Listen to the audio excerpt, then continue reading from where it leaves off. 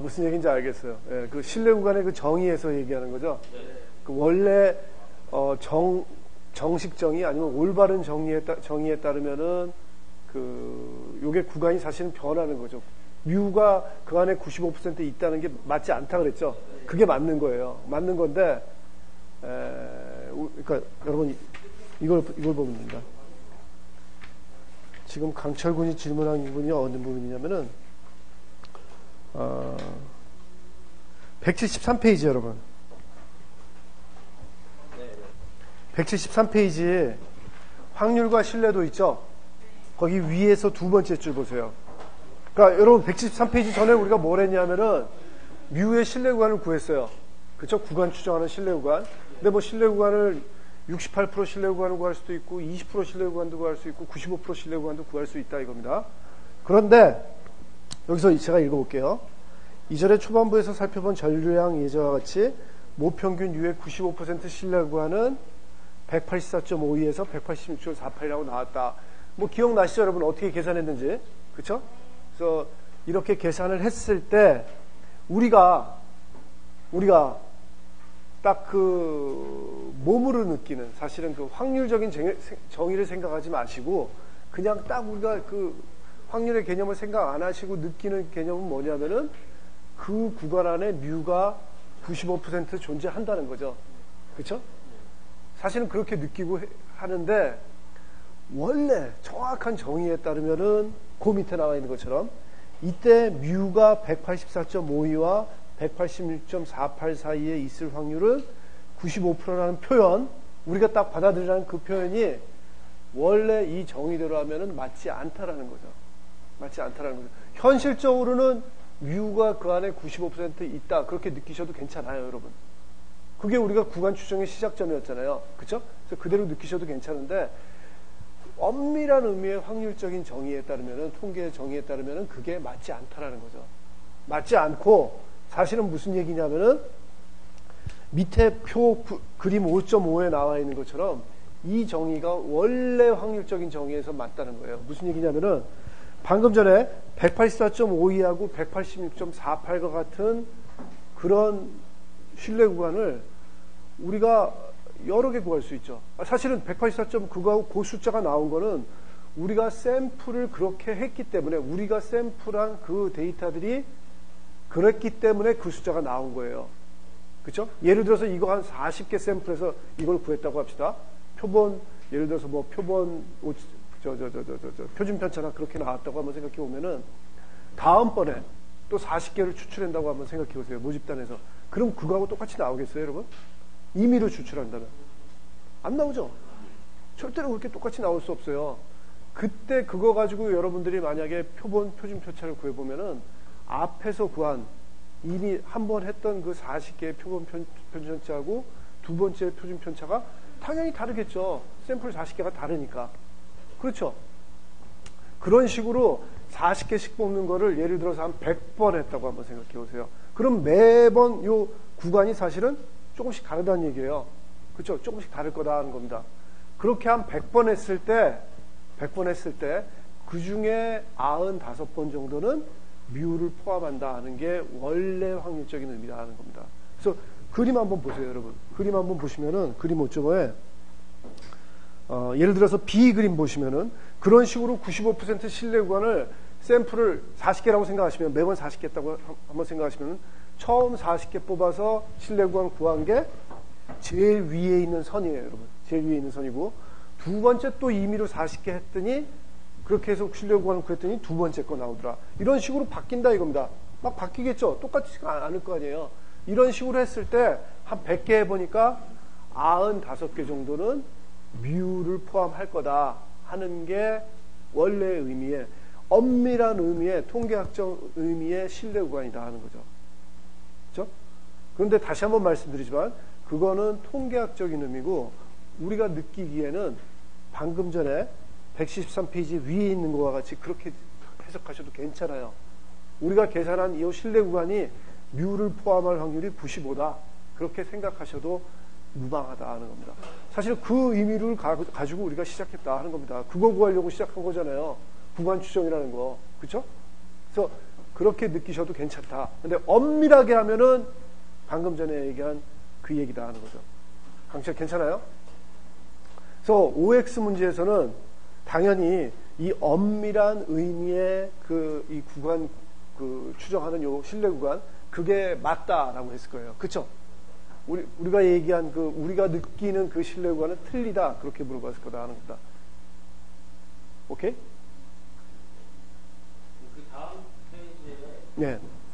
네 번째 보면 95% 신뢰 구간 대상 정도의 평균을 포함한 95%의 확률을 갖는다 말하는 게 이게 저희가 받아들이는 거예요. 그렇죠. 잠깐. 저 다음 페이지 네 번째 줄. 그러므로 95%의 모평균을 포함할 95%의 확률을 갖는다고 말하는 것은 그러면 95% 신뢰 구간 계산 방법의 모평균을 포함할 이거는 말이 좀 헷갈린다. 그쵸? 95% 신뢰 계산 그쵸? 계산 방법이 이게 맞는 거죠. 이거는 통계학적 얘기한 통계학적으로 옳은 표현을 설명한 거죠. 계산 방법이라고 얘기했잖아요. 그쵸? 계산 방법이 그렇다는 얘기죠. 100개에서 95개가 그걸 포함한다는 얘기는 이 방법 자체가 100개에서 95개를 포함한다는 그 얘기죠. 우리가 구하는 그 한 가지 신뢰 구간의 의미를 얘기하는 게 아니라 그 계산 방법이 그렇다는 얘기죠. 그게 옳은, 앞에서 얘기한 그 옳은 방법이라는 거죠. 오케이? 사실은 방금 질문 잘했어요. 우리는 딱 하나 구한 신뢰 구간이 뮤를 포함할 확률이 95라고 생각하는 건데 통계학적으로 무슨 얘기냐면은 그런 식으로 계산하는 방법이 95%를 뮤를 포함할 확률이 95다 하는 거죠. 오케이? 방법이 옳다 하는 그 차이죠. 그런데 현실적으로는 여러분 다시 한번 말씀드리지만 현실적으로는 여러분들이 구하신 구간이 신뢰 구간이 뮤를 포함할 확률이 그 95%건 90%건 60%건 그렇게 느끼셔도 그렇게 해석하셔도 오케이다 하는 겁니다. 오케이? 그걸 여러분 어떻게 95번 계속 하고 앉아 있겠어요, 여러분? 그거 하나 구해가지고 그거 가지고 여러분 추정하는 거지. 안 그래요? 말이 안 되지. 그렇게 되면. 자, 또 질문 있으세요? 연속 보정이 좀 연섭? 연속 보정이 앞쪽에? 그거 헷갈리죠? 어떨 땐 이상이면은 네. 예를 들어 20 이상이면 어떨 땐 20.5고 어떨 땐 19.5 그래가지고 그걸 어떻게 판단해야 될지. 정확히 몇 페이지를 볼까요? 그러니까 이번에 과제 하나 본 건데 네. 과제 5번의 시가 이게 연속 보정을 해야 되는데 20개 이상이다라고 해가지고 이게 196개 196? 5쪽? 5쪽에? 5번의 시를 했는데 네. 이게 이제 이상한 것과 이게 이거 할 때 네. 이거 이제 그 제점수로 만드는 건 알겠는데 네. 그래서 이게 20대 이상이라서 이게 19.5로 해야 되는지 20.5로 해야 되는지 헷갈려가지고 요건 나도 문제를 봐야 되겠는데? 앞에 설명을 다 썼는데 좀 네. 그냥 특성 그래놓고 그냥 네모하고 그냥 그렇죠. 그렇게 해가지고 네. 그렇게 해서는 문제가 해결이 안 돼요? 그러니까 뭐뭐 이상 뭐뭐 비만 이하면은 네. 그래도 20이면 더 작은 거 그렇죠. 네. 초과면은 앞에 네. 식으로 하는데 이거는 그래도 저는 그렇게 해석하면 19.5로 계산을 했는데 네. 그럼 답이 틀리고 20.5로 해야지. 요거는 제가 한번 문제 풀어볼게요. 제가 문제를 지금 다 풀어본 게 아니라서 체크를 못 하겠네요. 한번 풀어보고 어떻게 알려주죠? 여러분 게시판에 올려드리면 되죠? 그렇죠? 게시판에 올려드릴게요. 저 195페이지에 5-C 그거 한번 설명해 드리겠습니다.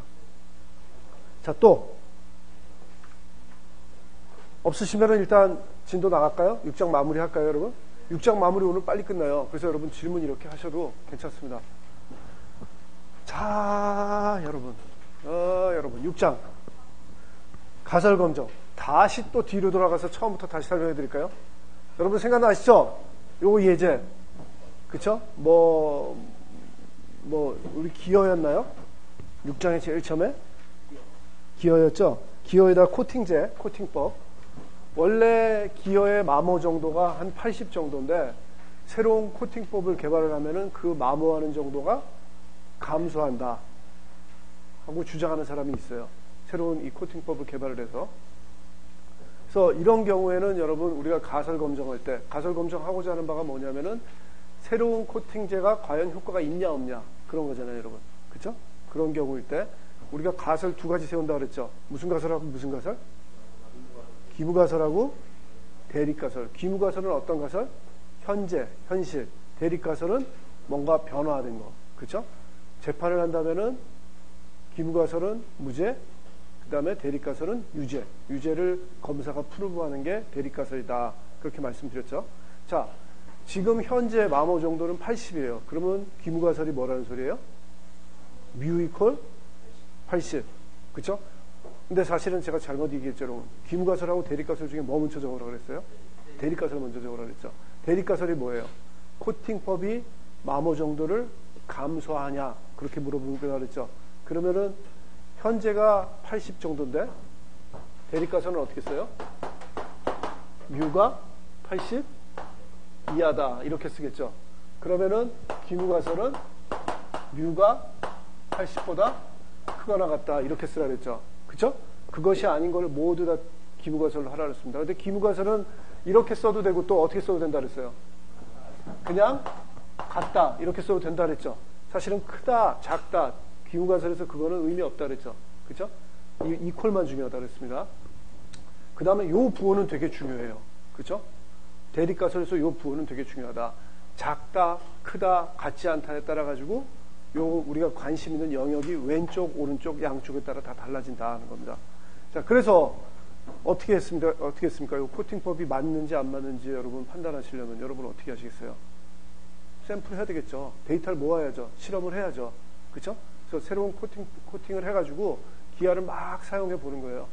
몇백 개 사용을 해보는데 그 중에 몇십 개만 샘플링을 했다. 그죠?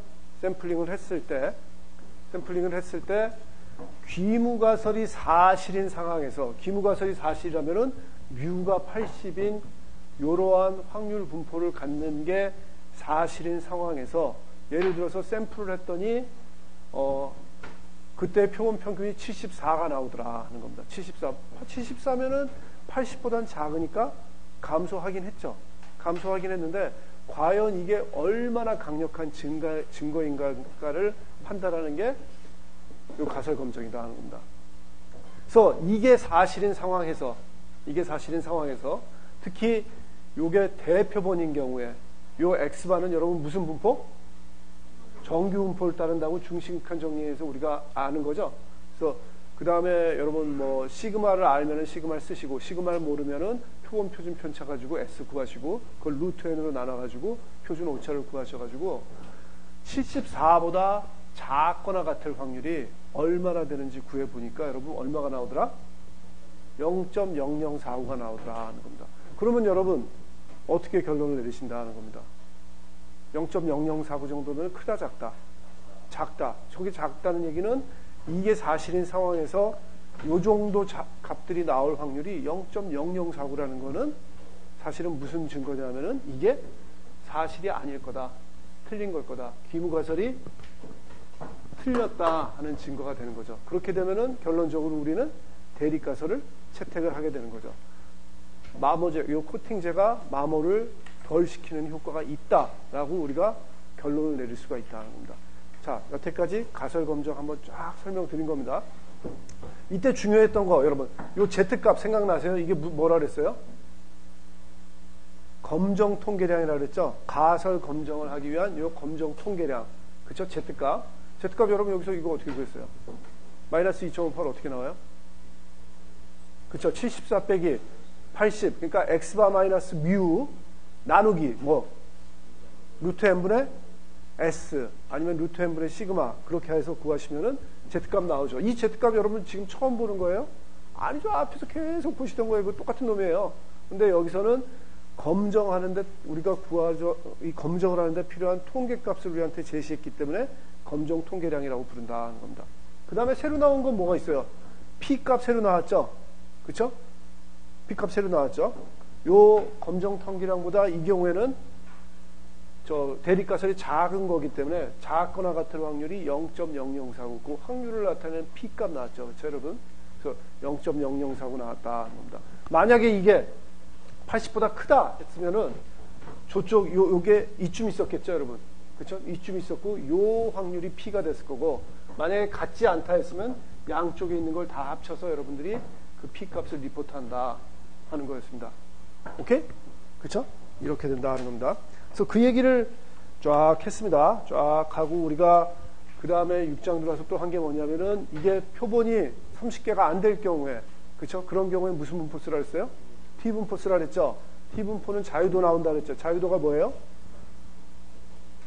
샘플 개수 마이너스 1 그렇죠? 그렇게 해서 T분포 쓰시고 T분포를 써야 되는데 S 시그마를 아는 경우에는 여러분 어떻게 해야 되라고 했어요? 그냥 정규분포 쓰라 그랬어요. 정규분포 쓰라고 있습니다. 그렇게 하시고 그 다음에 또 뭐 했어요 우리 여러분? 표본 비율 얘기했었죠? 표본 비율 뭐 어렵지 않죠? 제가 설명 안 드려도 되죠? 그 표본 그 추정값 n분의 x값 그걸 평균으로 하고 표준 편차는 뭐예요 여러분? 표준 오차는 루트 n분의 p 곱하기 1-p 생각나시죠? 그거에서 정규분포 그냥 쓰면 되는 거죠. 그런 얘기 했었다는 겁니다. 그 다음에 또 어떤 얘기가 나왔냐면은 우리가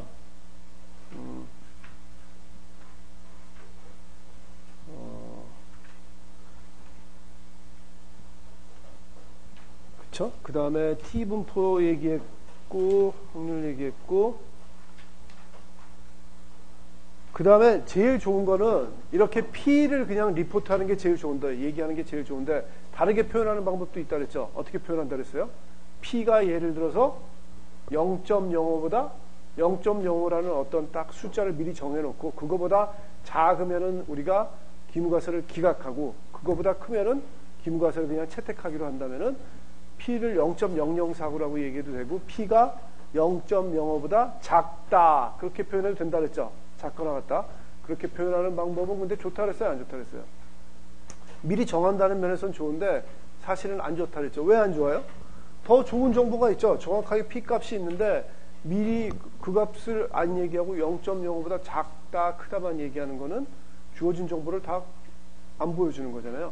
그런 면에서 그렇게 바람직하진 않다. 그런데 많이 쓰긴 쓴다 하는 겁니다. 여러분 뭐보다 작다 하는 거 그런 얘기 했었고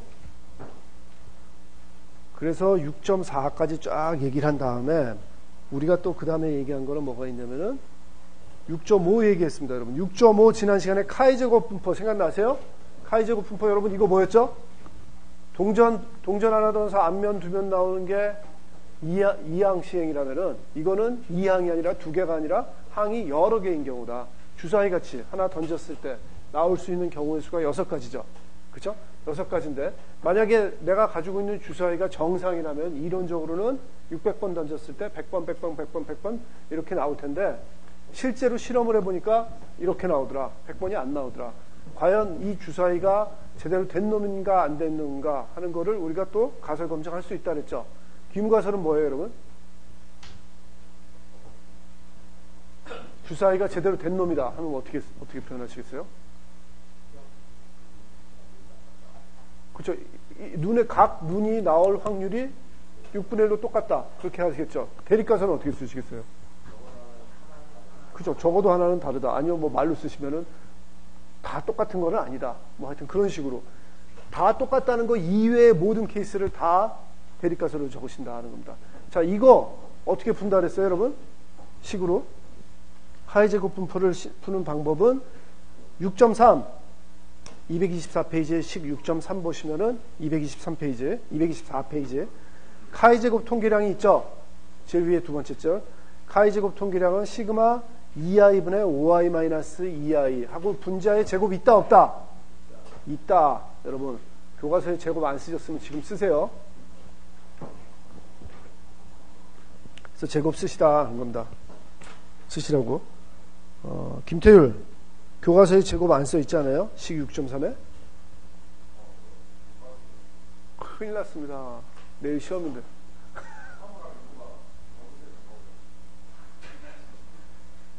사물함에 김태율이 장군. 네. 아, 자물쇠를. 그렇죠. 이건 그렇게밖에 해석이 안 되는데요. 시험 전날 누군가 김태율의 사물함에다가 자기 자물쇠를 채워버렸다는 건, 그죠? 어떻게 하려고 그래요?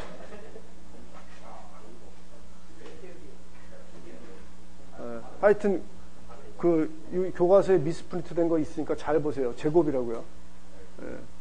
제곱이에요. 자, 그런 식으로 카이제곱 통계량을 구하시고, 카이제곱 통계량은 여러분, 이거, 각 확률에 해당하는 값들을 어디서 찾는다고요? 교과서 뒤에 부록에 또 있다 그랬죠? 그쵸? 내일 시험 볼 때 부록 준다 그랬어요? 안 준다 그랬어요? 다 드릴게요, 여러분. 다 복사해서 드릴 테니까 마음껏 활용하십시오. 그거 다 여러분들이 카이제곱 통계량 구하셔야 된다는 겁니다. 근데 카이제곱 통계량 지금 식 6.3 딱 보시면은 어제도 여쭤봤는데 차이가 나면 날수록 그 값이 커요, 작아요? 크죠? 그쵸? 차이의 제곱 합이니까 당연히 크겠죠. 그래서 만약에 이론값하고 이거하고 차이가 크다면은 카이제곱 통계량이 클 거다 하는 겁니다. 아시겠죠? 그래서 그 통계량 가지고 여러분들이 판단할 수 있다 는 겁니다. 카이제곱 통계량은 여기에만 쓰이는 게 아니라 또 지난 시간에 얘기했던 여러분, 그래서 카이제곱 통계량, 카이제곱 분포의 그래프가 이렇게 생겼어요. 약간 빵 오른쪽으로 한 대 맞은, 그쵸? 한 대 맞은 그런 그래프 같은데 요거보다 클 확률이 5%. 그러니까 카이제곱 통계량을 계산하셨더니 18.307보다 크게 나온다면 P값이 0.05보다 작다는 거죠. 작기 때문에 여러분 기무가설을 기각한다 하는 거죠, 여러분. 그쵸? 그런 구조다 하는 거 여러분한테 말씀드리고 5% 뭐 10% 이렇게 값이 카이제곱도 여러분 자유도 있습니다. 샘플 개수 -1, 그쵸? 그래서 자유도 있다는, 카테고리 개수 -1, 카테고리 개수 -1. 그러니까 주사위 같은 경우는 6-1이 되는 거죠. 그쵸? 이렇게 된다 하는 거고, 카이제곱 분포를 또 쓸 수 있는, 카이제곱 통계량을 또 쓸 수 있는 가설 검정이 또 이런 케이스도 있었다. 생각나세요, 여러분? 이거 뭐였죠? 내가 공장을 하는데 핀을 만들어요, 여러분. 핀을 만드는데 나한테 기계가 똑같다고 생각하는, 똑같다고 믿고 싶은 기계가 4가지가 있다. 그죠? 다 핀을 생산하는데, 근데 각 기계가 제대로 된 정상 사이즈의 핀을 생산하는 그 개수 이렇게 다 계산을 해봤고, 샘플에서 너무 얇은 거, 너무 두꺼운 놈 다 이렇게 계산했더니 이렇게 됐다. 기무가설은 여러분 뭐라고요? 기무가설은 이것들이 기계 1, 2, 3, 4가 동일하냐, 동일하다 하는 게 기무가설이 될 거고, 대립가설은 다 똑같은 건 아니다. 그쵸? 그렇게 매길 수 있다 그랬죠. 그런 경우에 앞에서 한 것처럼 똑같이 카이제곱 통계량을 구할 수가 있다 하는 겁니다. 앞에 거와 달리 이 경우에는 여러분 지금 어떻게 돼요? 매트릭스, 2차원 매트릭스가 됐죠. 행이 몇 개? 4개, 열은 3개. 여러분 이거는 어떻게 한다 그랬어요? 토탈은 그냥 썸이니까 우리가 엑스트라 정보로 준 거지 사실은 이게 핵심이죠. 그쵸? 자, 이렇게 되는 경우에 여러분 이것들이 각각의 각 항의 실측값들이고, 이론값들은 어떻게 구한다 그랬어요? 그쵸? 비율. 그래서 어떻게 해야 된다고요? 예를 들어서 요거의 이론값이라면 어떻게 구한다고요? 500분의 요거의 합, 그쵸? 행의 합 곱하기 열의 합. 그래서 행의 합 200 곱하기 열의 합 402 하면은 이 각각의 이론값을 다 구할 수가 있다는 겁니다. 그래서 앞에서 했던 식과 마찬가지로 관찰값 마이너스 이론값 빼고 제곱하고 나누기 이론값 하시고, 그 다음에 시그마 하시고, 시그마를 그런데 이제는 어떻게 해야 돼요? 행 열로 다 해야 되겠죠. 항이 전부 12개가 나온다 하는 겁니다. 자, 이 경우에 자유도는 어떻게 구한다 그랬어요? 그렇죠. 행의 수 마이너스 1 곱하기 열의 수 마이너스 1. 그러면 이 경우에는 얼마예요? 4 마이너스 1, 3 곱하기 2가 되죠. 3 마이너스 1, 2 돼서 6이 된다 하는 겁니다. 그래서 카이제곱 분포 뒤에 찾는 거는 똑같다 하는 겁니다. 자, 이 카이제곱 통계량 이거 중요하다 그랬어요? 안 중요하다 그랬어요? 중요해요. 왜냐하면 여러분 너무나 심플하고 우리가 엄청나게 이거 잘 쓸 수 있어요. 활용도가 아주 높다 하는 겁니다. 오케이? 그래서 여러분 이 카이제곱 통계량 중요하다 하는 겁니다. 저는 여러분 어떻다 그랬어요? 진검승부한다 그랬죠? 나는 중요하다고 하면은 시험 문제 냅니다, 여러분. 그쵸? 그래서 제가 중요하다 하는 거는 여러분, 우습게 듣지 마세요. 중요합니다. 그래도 괜찮은데다, 여러분. 전 자신 있습니다. 네, 그런데 자신 있습니다. 여러분, 이길 자신 있어서, 여러분 꼭 공부하십시오. 그리고 뭐 기왕 힌트 드리는 김에 좀 더 힌트를 드리면은, 여러분, 교과서 연습 문제가 중요할까요? 안 중요할까요? 중요하죠, 여러분. 역시 진검승부입니다, 여러분. 교과서 연습 문제 똑같이는 안 내고 제가 숫자를 바꿔낼 수는 있겠죠. 그렇죠? 그런 것도 모든 문제가 그렇지는 않겠지만 그런 문제도 내겠다는 겁니다, 여러분. 오케이? 5문제. 저는 5이라는 숫자밖에 모릅니다. 확률 통계에서 시험 문제는 항상 5문제입니다, 여러분. 자, 그 얘기했습니다. 그 얘기했고 또 지난 시간에 무슨 얘기했냐면은 고정 수준의 검정하면서 제가 아까 한 얘기 있죠, 여러분. P값이 0.0049일 때 P가 그냥 0.05보다 작다. 0.05라는 숫자를 딱 정해놓고 우리가 가설 검정하는 경우도 있다 그랬죠. 그쵸? 그 경우 얘기해 주는 거다 하는 겁니다. 그래서 0.05 아니면 0.01 그런 식으로 알파 값을 정해서 우리가 할 수가 있다 하는 겁니다. 그래서 그 내용이 230페이지에 서머리에 있다. 고정 수준의 검정을 실시하려면 0과 1 사이의 알파를 선택해서 이거를 알파를 유의 수준 아니면 검정의 수준이라고 하고 통상적인 방법으로 P값을 계산해서 P가 알파보다 작으면은 H0를 기각하고 알파보다 크면은 H0를 기각 못하는 거죠. 오케이? 그 얘기했다 하는 겁니다. 그 다음에 또 어떤 얘기 했냐면은 지난 시간에 요 얘기 했었죠, 여러분. 예를 들어서 알파가 0.05라고 정해졌다면은 기무가설이 뭐 80이고 대립가설이 80보다 크다라는 그런 경우에 작다가 아니라 그런 경우에 알파 0.05를 요것보다 크거나 같을 확률이 0.05가 되는 그 값 있잖아요. 그게 81.16이라고 나왔다고 합시다. 계산했을 때. 그때 요 81.16보다 크거나 같은 요 면적을, 요 레인지를, 요 영역을 뭐라고 부르냐면은 기각역이라고 부른다 합니다. 리젝션 리전, 기각역. 뭐를 리젝션 한다는 거예요? 뭐를 기각한다는 거예요? H0. 그죠? 기무가설을 기각한다는 의미에서 여기 떨어지면은 기무가설을 기각하겠다 하는 그런 영역이라 해서 기각역, 리젝션 리전이라고 부른다 하는 겁니다. 오케이? 어려운 거 아니에요, 여러분. 다 앞에서 했던 건데 그냥 포장만 다시 한 거다 하는 겁니다. 자, 그래서 이제 232페이지에 새로운 내용 봅시다. 여러분 조금 헷갈릴 수 있어요. 그런데 그렇게까지 헷갈리지 않고 쉬운 내용이다 하는 겁니다. 자, 그런데 여러분 지금 가설검정 얘기를 들어보니까 여러분 어때요? 실수를 할 수도 있겠죠. 오류가 있을 수도 있다는 겁니다. 언제 오류가 있을 수 있겠어요? 자, 우리가 여기서 우리가 샘플한 그 X바가 여기 기각역에 떨어지면은 기무가설을 기각하시겠다 그랬죠. 그쵸? 그거의 바탕은 뭐예요, 여러분? 기무가설이 40일 때, 뮤가 80일 때, 이 정도 큰 숫자의 표본 평균이 나올 확률이 너무 작기 때문에 우리가 무시하는 거죠. 근데 앞에서도 얘기했지만, 여러분, 우리가 그냥 자의적으로 무시하는 거지, 그냥 사건이 일어날 수도 있죠. 확률이 작지만 그 사건이 일어날 수도 있다 하는 겁니다. 우리는 여기 나왔기 때문에 뮤가 80인 거를 딱 기각을 했는데, 마음 푹 놓고 그랬는데, 하나님만 알고 계신 진실, 진짜 뮤는 80이었다고 한번 생각해 보세요. 그럴 수 있는 거죠. 그렇죠? 그렇게 된 경우에 우리는 뭐 한 거예요? 오류를 범한 거죠. 그렇죠? 잘못한 거다 하는 겁니다. 뭐 확률에 의해서 우리가 그렇게 판단한 건데 뭐 사건이 나오면 그냥 나는 거라 그랬잖아요. 여러분 제가 지난 시간에 뭐라 그랬어요? 제가 오늘 학교 끝나고 저 지하철 타려고 걸어가다가 하늘에서 갑자기 쇳덩이가 날라와가지고 제가 맞아 죽을 확률이 어느 정도 된다고요? 거의 100%? 여러분 쫙 던지실 거예요? 나 지나갈 때? 그러니까 뭐 얼마 안 되잖아요, 여러분. 뭐 그거 뭐 0.00001% 되잖아요. 그런데 재수없게 내가 가다가 그거 맞아서 죽으면 난 그냥 죽은 거잖아요, 여러분. 사건은 나는 거란 말입니다, 여러분. 그렇게 내가 사건을 당했을 때는 그것이 일어날 확률이 0.0001%라고 예측하는 거는 아무 의미가 없죠. 이미 사건 난 다음에는. 그런 경우라는 거죠, 여러분.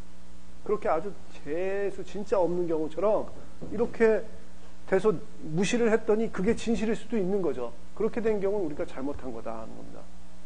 가설 검정은 우리가 잘못할 수 있어요. 그렇죠? 그래서 그거에 대해서 얘기한다 하는 겁니다. 그런 오류가 두 가지가 있어요. 가설 검정에서.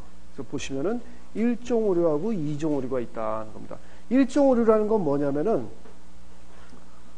두 번째 줄 보시면은 H0가 실제 사실일 때 H0가 기각되는 경우, H0가 사실인데 H0를 기각하는 경우, 그렇죠? H0가 실제 사실이라는 얘기는 또 다르게 얘기하면 무슨 얘기죠? H1이 거짓이라는 얘기죠. H1이 거짓이라는 의미하고 같은 거죠. H0를 또 기각한다는 거는 또 뭐하고 같은 거죠?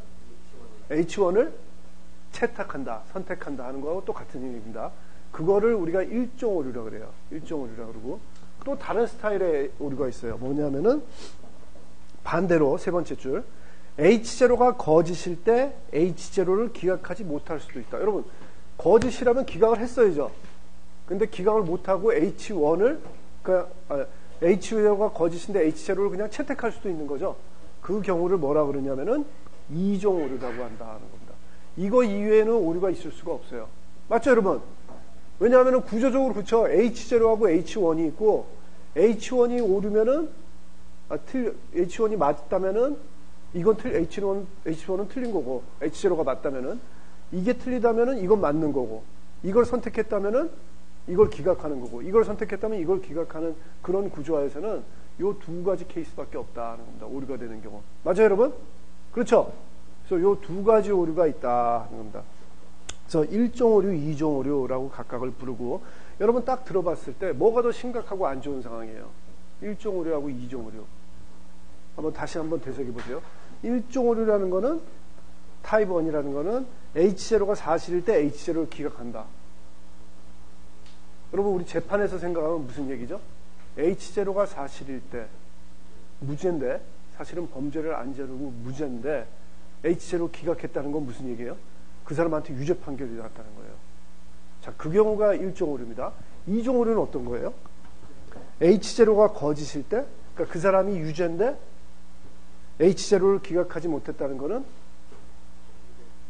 무죄라고, 그쵸. 유죄인데 무죄라고 한 거죠. 그쵸. 무죄라고 한 거죠. 이 H0를 기각하지 못했으니까 H0를 채택한 거니까 유죄라고 한 거죠. 여러분, 뭐가 더 심각해요?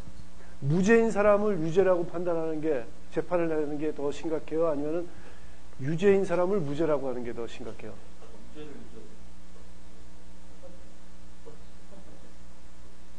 첫 번째가 더 심각한 얘기죠, 사실은.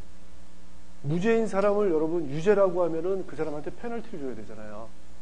그쵸? 페널티를 줘서 뭐 징역을 살게 한다든지 뭐 곤장을 몇 대 때린다든지 벌금형을 내든지 그래야 되잖아요, 여러분. 무고한 사람이 그야말로 희생을 해야 되는 건데 그거는 어떻게 생각하면은 진짜 범죄 저지른 거 나쁘지만 그 사람을 명확하게 충분히 우리가 증명을 못해서 풀어주는 것보다 더 나쁘죠, 사실은.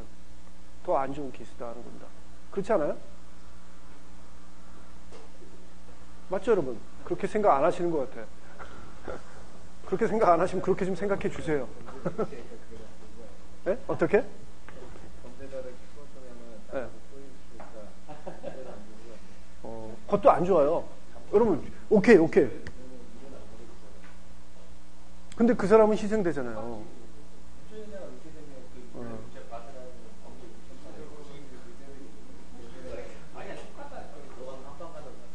그래, 그 생각해보세요. 진짜 안 했는데 억울하게 내가 간다고 한번 생각해보세요. 징역을 살아야 된다. 그쵸?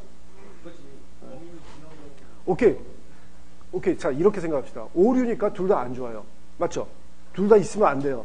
둘 다 가능하면 줄여야 되는데 사실은 여러분 가설 검정에서 둘 다 일어나면 안 되는데 가설 검정에서는 어떠냐면은 둘 다 줄일 수는 없어요.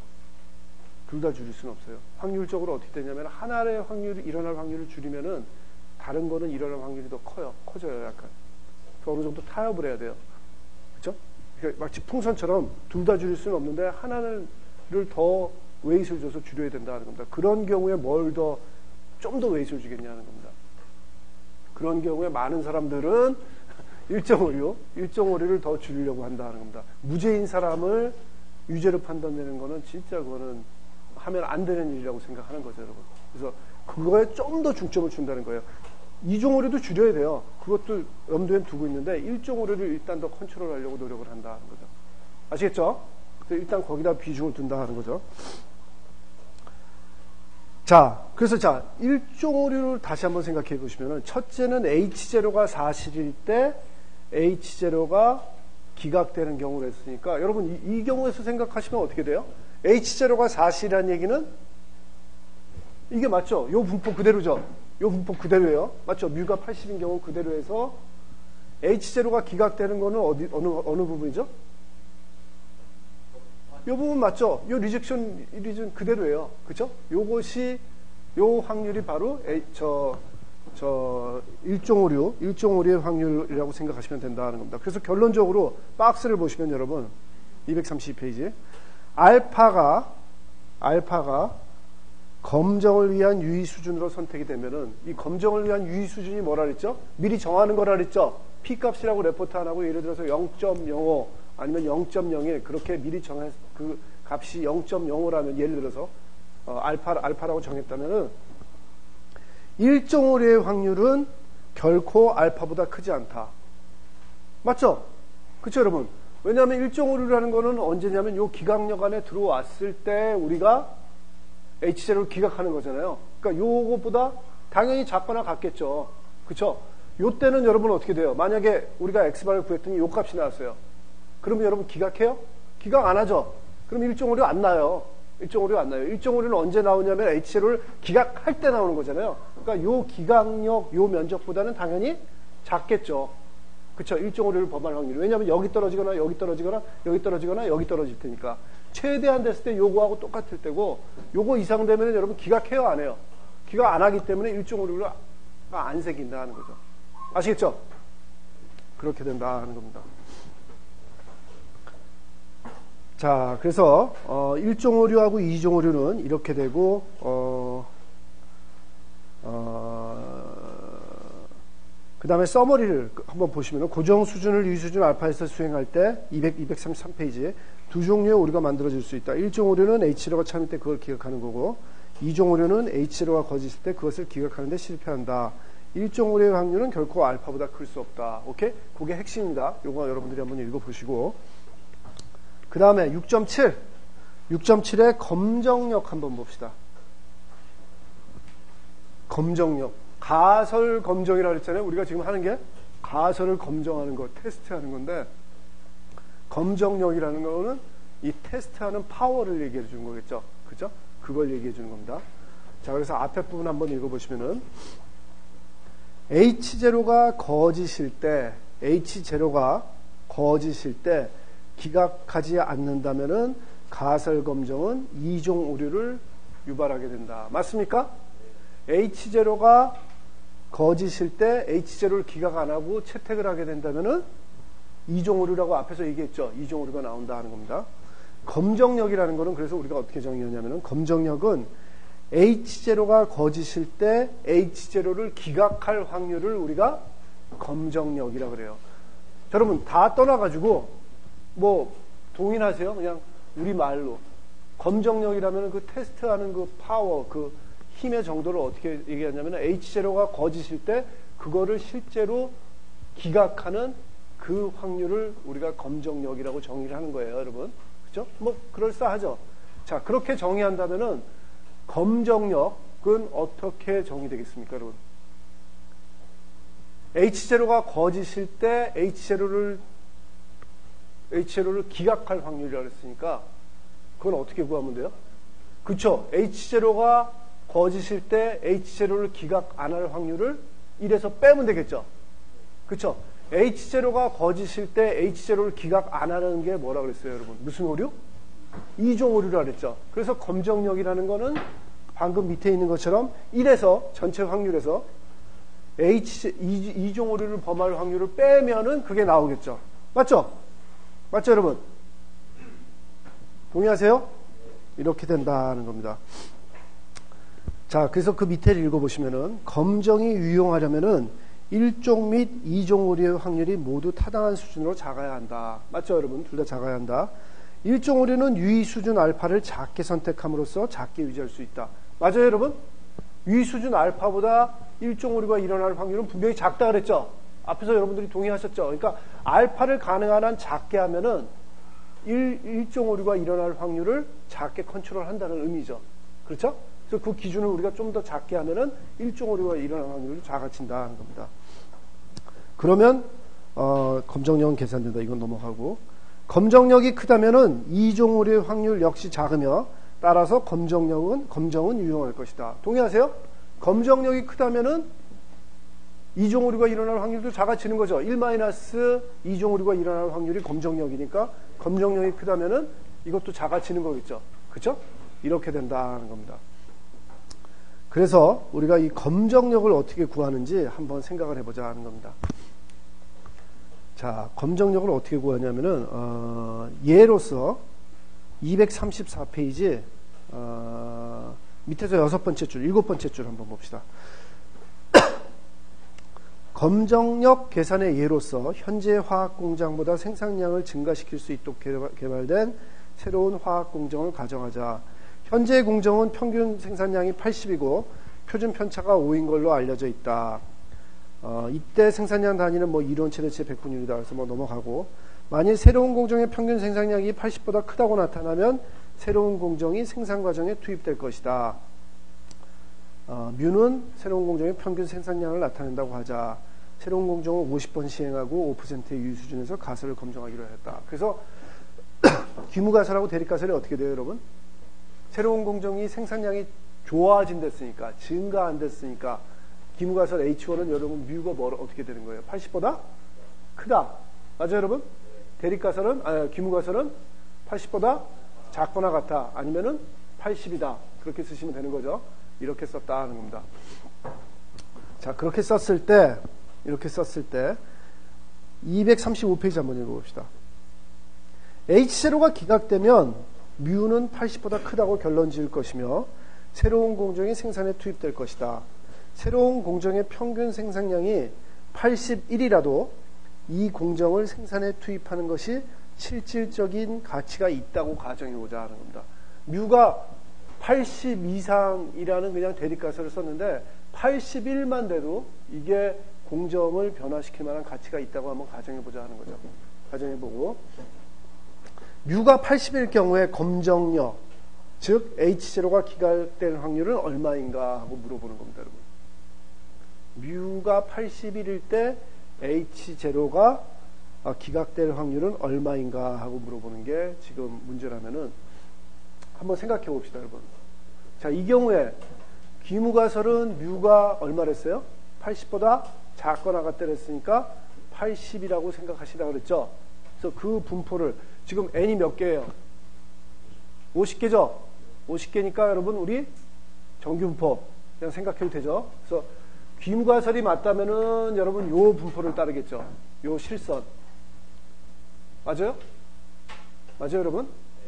요 실선을 따를 것이고, 그 다음에 그때 귀무가설을 기각할 수 있는 기각력을 한번 구해봅시다.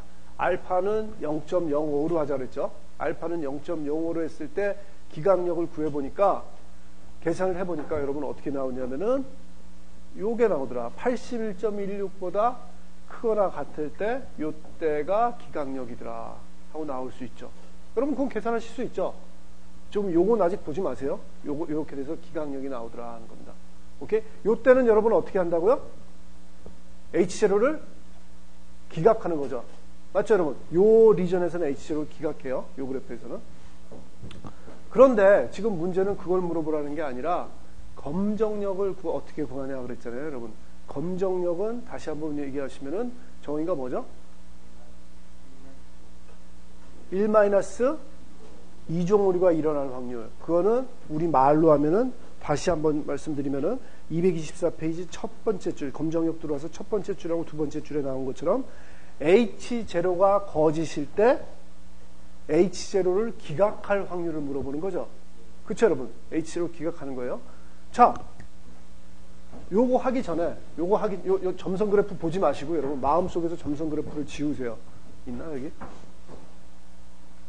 여기 있다. 그쵸? 자, 이게 기각력이죠. 이렇게 구했어요. 귀무가설이 사실이나 해서, 요 x바가 요보다 크거나 같으면 우리가 h제로를 기각할 거죠. 기각하는 거예요, 여러분. 기각하기로 했습니다. 그래서 하여튼 h제로가 요거보다 크면은 기각이에요. 무조건. 그걸 염두에 두고. 이제 뭐라 그랬냐면은 검정력을 구하라는데, 검정력은 h제로가 뭐일 때? 사실이 아닐 때죠. 사실이 아니라 그랬고, 지금 문제에서는 뮤가 얼마라 그랬어요? 81일 때 물어봤잖아요. 그쵸? 그래서 뮤가 81이라면은 여러분 그 분포가 여러분 어떻게 되겠어요? 81일 때 평균 값을 갖고, 그쵸? 평균 값을 갖고 81일 때 널 하이포시, 영분포와 마찬가지로 기무가설이 사실일 때 분포와 마찬가지로 똑같은 정규 분포를 갖겠죠. 그쵸? 자, 무슨 얘기냐면은 기무가설이 사실일 때 이 분포를 그냥 약간 평행 이동해가지고 옆으로 이동을 해서 평균값이 81일 때 그래프를 이렇게 그린다면은 이거는 뭐예요? H0가 사실이 아닐 때를 얘기를 해주는 거죠. 그리고 뮤가 81일 때를 얘기해 주는 거죠. 맞죠, 여러분? 자, 이런 게 사실일 때 우리가 81.16보다 크거나 같으면 다 기각한다 그랬잖아요. 그쵸? 그래서 81.16보다 이제는 상황이 요게 사실일 때요. H0가 사실이 아닐 때, 뮤가 81일 때, 요것보다 크거나 같을 확률을 구해보면 그게 바로 검정력이 되는 거죠. 파워가 되더라는 겁니다. 어때요? 이론적으로 괜찮아요, 여러분? 구하실 수 있겠어요? 자, 다시 돌아갑니다.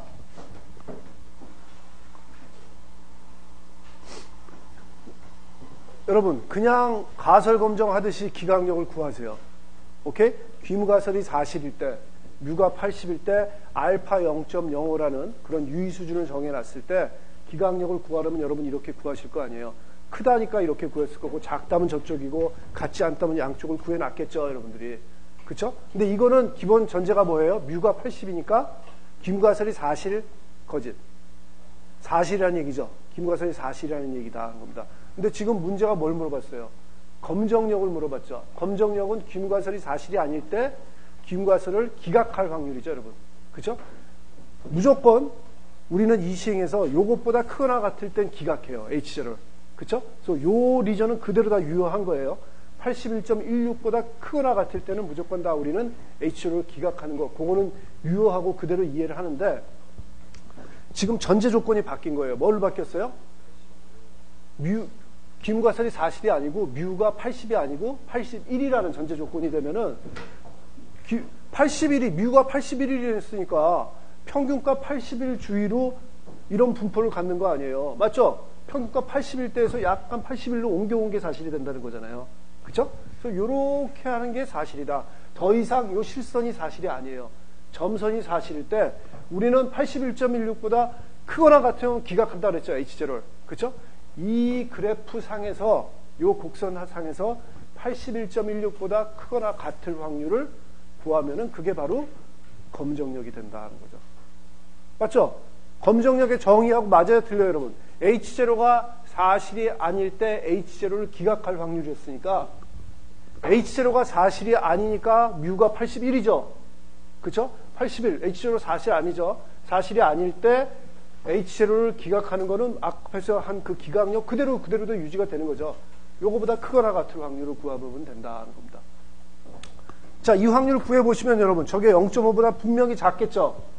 왜냐하면 저 점선의 중앙이 81이니까 요거보다 작거나 같은 확률이 0.5잖아요. 그러니까 요거보다 오른쪽에 있으니까 요거보다 크거나 같을 확률은 당연히 0.5보다 작은 0.4090이 나오더라는 겁니다. 이거 구하려면 여러분 어떻게 구하시면 돼요? 표쇼 정규분포에서 또 표 구하시면 되죠. Z에서 구하시면 될 거 아니에요. 그쵸? 표준 편차분의 표준 오차분의 x바 마이너스 뮤 81 하셔가지고 구하시면 되는 거죠. Z가. 그쵸? 이렇게 구할 수가 있다는 겁니다. 자, 그런데 여러분, 그래서 그 계산한 방법을 235페이지에 중간에 점점 2개, 네모 2개에서 정의를 하고 있다. 다시 한번 제가 읽어볼게요. 검정력의 계산은 다음 2단계를 포함한다. 기강력을 계산한다. 맞죠, 여러분? 기강력 어떻게 계산했어요? 여러분 이렇게 계산했죠? 기무가설이 사실인 상황에서 기강력 구하시고, 그 다음에 대립가설이 참인 경우, 지금은 대립가설이 참인 경우가 뮤가 얼마라고 그랬어요? 81인 경우에, 81인 경우, 요 그래프를 여기로 옮겨와서 81로 옮겨와서 검정 통계량이 기강력에 포함될 확률을 구하라. 요것에 요 81.16보다 크거나 같을 요 확률을 다시 한번 구하라 하는 겁니다. 아시겠죠? 그래서 그렇게 되는 게 요 검정력을 계산하는 방법이다 하는 겁니다. 그런데 검정력의 값이 여러분 어떻게 나왔냐면은 좀 허탈하죠. 0.4가 나왔다 그러죠. 그렇죠? 그래서 237페이지 위쪽 한번 보세요. 제일 위에 237페이지 제일 위에 보시면은 일반적으로 검정력이 0.8 또는 0.9보다 크면 적절한 것으로 받아들여지지만 잘 확립된 경험적인 법칙은 없다. 뭐 우리가 알파 같은 경우는 0.05, 0.01 뭐 그런 식으로 한다 그랬는데 검정력은 뭐 어떻게 되는 게 맞다 하는 그런 뭐 규칙은 없는데 한 0.8, 0.9는 돼야 된다 하는 겁니다. 0.4라는 얘기는 여러분 가만히 생각해 보시면 되게 허탈한 얘기예요. H0가 사실이 아닌데 H0를 기각할 확률이 40%밖에 안 되면은 여러분 뭐야 이씨 사실이 아닌 거는 거의 100% 기각해줘야 맞는 거잖아요. 근데 40%밖에 기각 못하면 뭐 손방망이죠. 잘 못하는 거죠, 그렇죠? 그래서 그게 한 0.8, 0.9 정도는 돼줘야 우리가 꽤 센 놈이다, 잘한 검정이다 그렇게 얘기를 할 수가 있다 하는 거죠. 아시겠죠? 자, 그래서 여기서 나온 0.4, 090 어때요, 여러분? 검정력은 좀 안 좋다, 허탈하다 하는 겁니다. 자, 이런 경우도 있을 수 있어요, 여러분. 예를 들어서 뮤가 81일 때 이랬는데 뮤가 그 기무가설이 사실이 아니고 뮤가 81이 아니라 82였다면 여러분 어떻게 될까요? 그냥 느낌상으로 어때요, 여러분? 원래 기무가설이 이거 다시 써줍니다. 지금 이 케이스 하는 겁니다, 여러분. 그렇죠? 이렇게 되는데 뮤가 81일 때보다는 뮤가 82일 때가 좀 더 기무가설하고 더 멀리 떨어져 있죠. 그렇죠? 좀 더 좀 강력할 것 같죠? 실제로 어떤가 한번 봅시다. 82라고 하면 여러분 어떻게 되냐면은 그래프가 아까 81일 때는 여기까지 왔는데 82인 경우에는 여기까지 오겠죠. 기강력은 아까 81.16보다 크거나 같을 때라 했죠. 그래서 81.16이 이제는 82의 왼쪽에 있으니까 요 확률 전체가 이제 검정력의 확률이 된다 하는 겁니다. 검정력이 된다. 그걸 구해보니까 여러분 어떻게 돼요? 0.8830 이 정도 되면은 괜찮죠. 괜찮다 하는 겁니다. 오케이? 검정력이 좀 커진다 하는 거를 여러분들이 볼 수가 있다 하는 거죠. 그래서 그게 어디 나와 있냐면 example 6.12의 예제입니다, 여러분. 예제고 방금 전에 제가 설명한 거 그대로 이렇게 된다 하는 거 여러분 봐주시면 되겠습니다.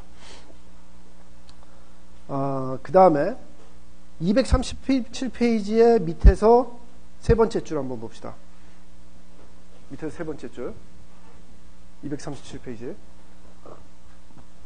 검정력이 충분히 크지 않을 경우 표본의 크기를 크게 하여 검정력을 증가시킬 수 있다. 검정력이 큰 게 좋다 그랬죠? 근데 검정력이 우리가 바라는 것만큼 그렇게 안 크면 여러분 어떻게 하면 된다고요? 표본의 크기를 증가시키면 된다. 여러분, 그러니까 제가 계속 얘기했죠? 처음부터 통계에서는 샘플 수 많이 하는 게 좋다 그랬어요? 안 좋다 그랬어요? 최선이에요. 그건 무조건 선이에요, 여러분. 무조건 좋습니다. 열심히 부지런하게 샘플 수 하나라도 더 하면은 여러분이 좀 더 정확하고 좋은 결과를 얻을 수가 있다 하는 거죠. 오케이? 여기 경우도 마찬가지다 하는 겁니다. 어떻게 그런지 예제 13에서 한번 봅시다. 자, example 6.13 새로운 공정의 평균 생산량의 가설 뮤는 80보다 작거나 같다라는 귀무가설 대립가설은 뮤는 80보다 크다. 똑같은 거예요, 여러분. 자, 이렇게 될 때 검정에서 알파는 시그마는 5로 가정된 경우 유수준 5%로 수행한 검정이 대립분포의 평균 80일에 대한 검정력을 0.9로 만들려면 새로운 공정을 얼마나 많이 실험해야 되는가. 그렇죠? 여러분. 그러니까 지금 무슨 얘기냐면은 이거하고 유사한 건데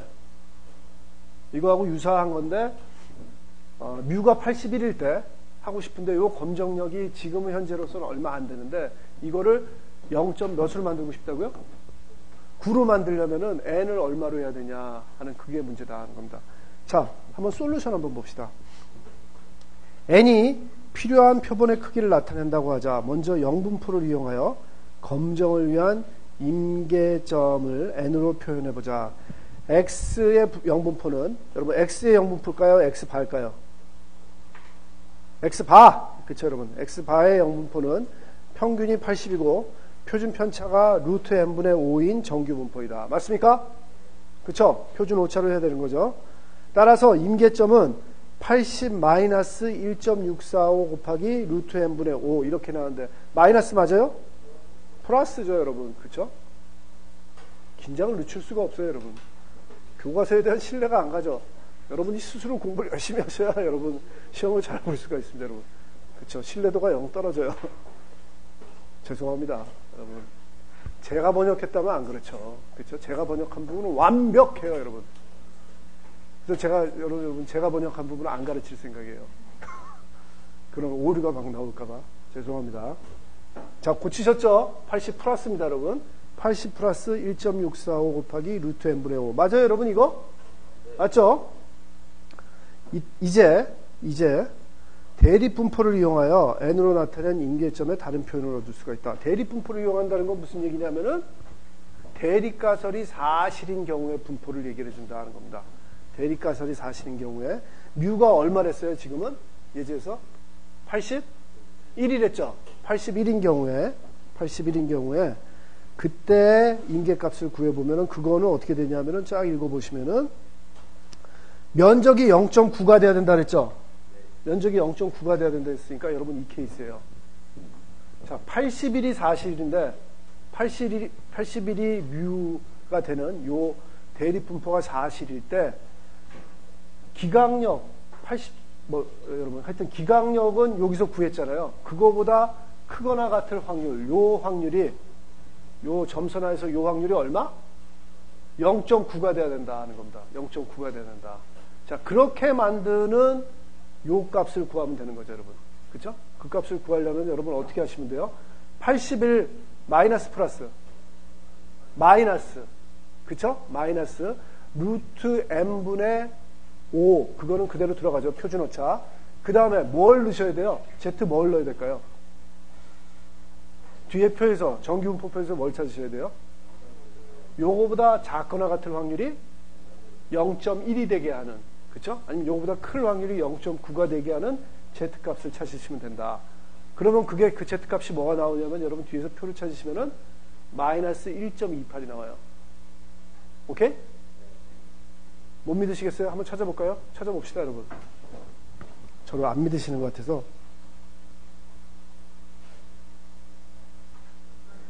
여러분 437페이지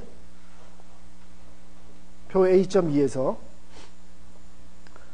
지금 위에 그래프에서 색깔 아주 짙은 부분이 얼마가 되게 하는 확률? 0.1이 되게 하는 그 Z값을 읽어보세요. 어디 있어요? 마이너스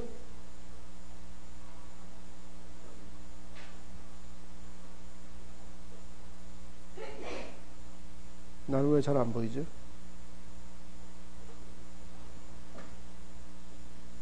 아, 여기 있구나. 여러분 어디하고 어디 사이에요? 마이너스 1.28이 여러분 얼마예요? 그쵸? 0.1003이고 마이너스 1.29가 0.0985죠. 그쵸? 요 사이값이 되겠죠. 사이값인데 어디에 좀 더 가까울까요? 8쪽에 좀 더 가깝겠죠. 적절히 비례식 세우셔가지고 하시면은 1.28 정도가 나오더라. 1.28 몇이어야 되는데 사실은 1.28이라고 합시다. 그러면 1.28이 나오더라 하는 겁니다. 아시겠죠? 그렇게 되는 경우에 우리가 어떤 식을 세울 수가 있냐면은 요 예제 거기서 나오는 것처럼 80 플러스 1.645 곱하기 루트 n분의 5 그거는 어디서 온 거예요? 귀임과설이 사실일 때 기강력 그쵸? 기강력 80 플러스 1.645 곱하기 루트 n분의 5 표준 오차 곱값하고 여기서 요거를 90%로 만드는 요 확률을 0.9로 만드는 일근값 81 마이너스 1.28 곱하기 루트 n분의 5가 같아야 되죠, 여러분. 그쵸? 같아야 된다 그랬잖아요. 같아야 되니까 그걸 이퀄로 놓고 하면은 풀이 보시면 여러분 미지수 몇 개? n 하나죠. 그 다음에 식 하나 있으니까 n 구하실 수 있죠. 그렇게 해서 n을 구해보니까 n이 얼마 나오더라? n이 214가 나오고 이 값은 80.56이 나오더라는 겁니다. 계산해보니까. 오케이? 214라니까 샘플을 적어도 214개 하셔야 검정력을 0.9로 만들 수 있다는 거죠. 오케이? 괜찮습니까? 자, 제가 하고자 하는 얘기는 다 했습니다, 여러분. 6장에 6.8 다중 검정 안 할 거예요. 안 하셔도 돼요, 여러분. 자, 여러분. 제가 뭐 시험 문제 나온다 그랬어요? 네? 검정력 하나 낸다 그랬죠? 그게 우리 조건이었죠. 오늘 공부한. 검정력 하나 나올 거고. 제가 또 오늘 강조한 거 뭐 있어요? 파이제곱 나온다 그랬죠? 그리고 여러분 6장 들어와서 앞에 대표본, 소표본, 뭐 비율 그거 제가 거기서 한 문제 안 낼까요? 낼 것 같죠? 그 다음에 앞에 5장에서 제가 아픈 문제 낼까요? 안 낼까요? 내겠죠? 그쵸? 구간 추정, 신뢰 구간 거기서 한 문제를 꼭 내겠죠, 제가. 안 낼 사람이 아니잖아요? 그럼 벌써 4문제 설명됐네? 하나는 앞쪽에서 나겠죠, 앞쪽에서. 뭐, 제가 뭐 5장에서 낼지, 4장에서 낼지, 그거는 하나는 좀 고민을 좀 할게요. 오케이? 자, 그 부분은, 제가 얘기한 부분은 꼭 공부하세요. 저는 그대로 낼 거예요. 그리고 여러분, 힌트 또 하나 뭐 드렸어요?